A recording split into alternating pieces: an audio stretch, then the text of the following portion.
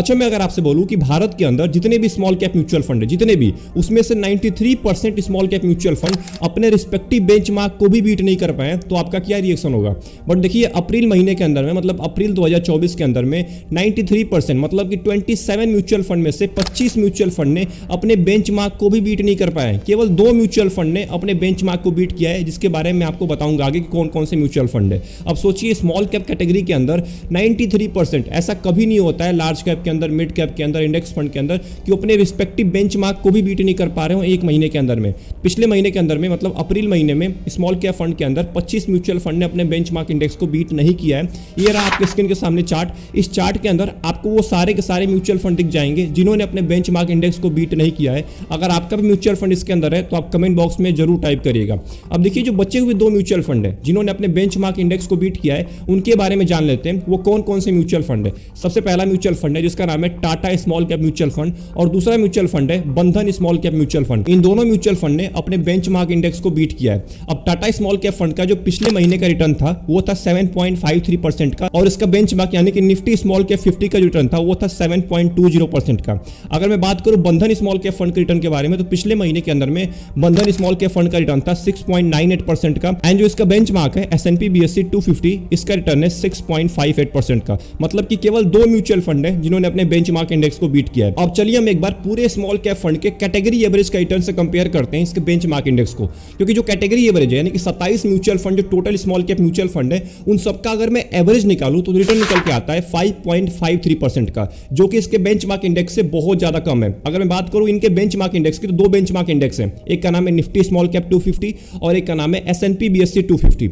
इन दोनों का रिटर्न इस पूरे कैटेगरी एवरेज से बहुत ज्यादा है। अगर मैं बात करूं निफ्टी स्मॉल कैप 250 का, तो इसका रिटर्न है अप्रैल महीने में 7.20% का, एंड अगर मैं बात करूं S&P BSE 250 का, तो इसका रिटर्न है 6.58% का, यानी कि ये दोनों ही इसके कैटेगरी एवरेज से बहुत ज्यादा है। तो ये था पूरा अप्रैल महीने का लेखा जोखा पूरे के पूरे स्मॉल कैप फंड का, कि 93% वो कौन से म्यूचुअल फंड है जिन्होंने अपने बेंचमार्क को भी बीट नहीं कर पाए। अब बात करते हैं स्मॉल कैप फंड के इन्वेस्टर्स के बारे में कि उनका क्या सोचना है इसके ऊपर। अब देखिए, जो नए इन्वेस्टर आए मार्केट के अंदर, जिन्होंने पिछले कुछ महीनों में स्मॉल कैप फंड में पैसा इन्वेस्ट किया है, उनका तो पोर्टफोलियो आज के टाइम पे रेड में ही चल रहा होगा, क्योंकि ऑब्वियस सी बात है पिछले कुछ महीनों से बहुत ज्यादा मार्केट वोलेटाइल है, क्योंकि इलेक्शन का टाइम चल रहा है और इलेक्शन के टाइम में मार्केट ऐसे ही वोलेटिलिटी दिखाता है, और मार्केट ऐसे वोलेटाइल रहेगा तो स्मॉल कैप फंड सबसे ज्यादा गिरता है। तो अगर आप एक नए इन्वेस्टर हैं स्मॉल कैप फंड के, तो आपको टेंशन नहीं लेना है, ये स्मॉल कैप फंड में होता रहता है। कभी मार्केट बहुत ज्यादा ऊपर चला जाएगा तो स्मॉल कैप फंड बहुत ज्यादा ऊपर चला जाएगा, कभी मार्केट डाउन होगा तो स्मॉल कैप फंड बहुत ज्यादा नीचे गिर जाएगा, तो इसको आपको झेलना पड़ेगा। अब देखिए, मैं आपको बार बार बोलता हूं, बहुत पहले से मैं आपको बोलता आ रहा हूं कि स्मॉल कैप फंड में आपको अपना सारा पैसा नहीं इन्वेस्ट करना है।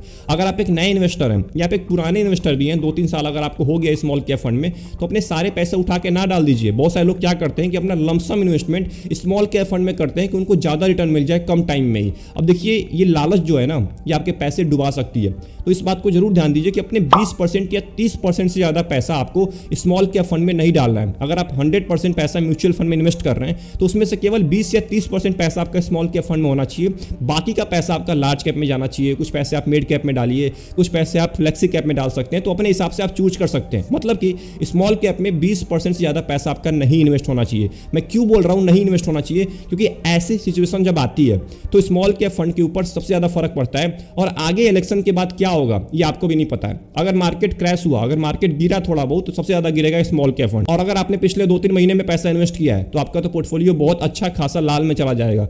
तो इस बात को जरूर ध्यान दीजिएगा, स्मॉल कैप फंड में अगर आप आ रहे हैं तो आपका विजन होना चाहिए कम से कम 8 साल के लिए, मैक्सिमम कोई लिमिट नहीं है, कम से कम आपको 8 साल के लिए तो पैसा इन्वेस्ट करना ही करना है। 8 साल के लिए भूल जाइए कि मैंने स्मॉल कैप फंड में पैसा भी इन्वेस्ट किया था।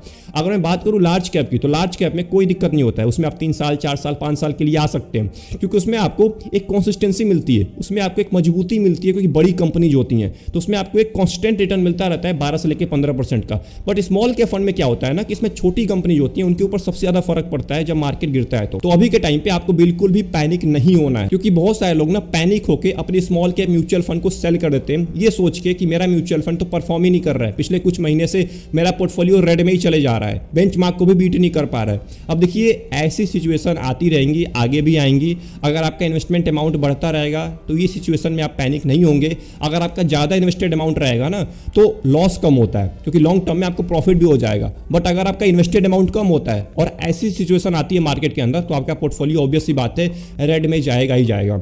तो आई होप आपको समझ में आ गया होगा कि अभी के टाइम पे वो कौन कौन से म्यूचुअल फंड हैं जिन्होंने अपने बेंचमार्क को भी बीट नहीं कर पाया। आप लंबे टाइम तक आइए, लंबे टाइम में स्मॉल कैप फंड आपको लगभग 18 से लेकर 20% का रिटर्न दे सकते हैं, बट कम से कम आपका टाइम होना चाहिए 8 साल का। तो आई होप आपको पूरी वीडियो पसंद आई होगी। आप कौन से म्यूचुअल फंड में पैसा इन्वेस्ट करते हैं स्मॉल कैप म्यूचुअल फंड में, कमेंट बॉक्स में जरूर टाइप करिएगा। और आपका कितना परसेंटेज पैसा स्मॉल कैप फंड में इन्वेस्ट है ये भी कमेंट बॉक्स में जरूर टाइप करिएगा। मिलते हैं एक और इंपॉर्टेंट वीडियो में एक और इंटरेस्टिंग टॉपिक के साथ। तब तक के लिए अपना ध्यान रखिए। Best of luck.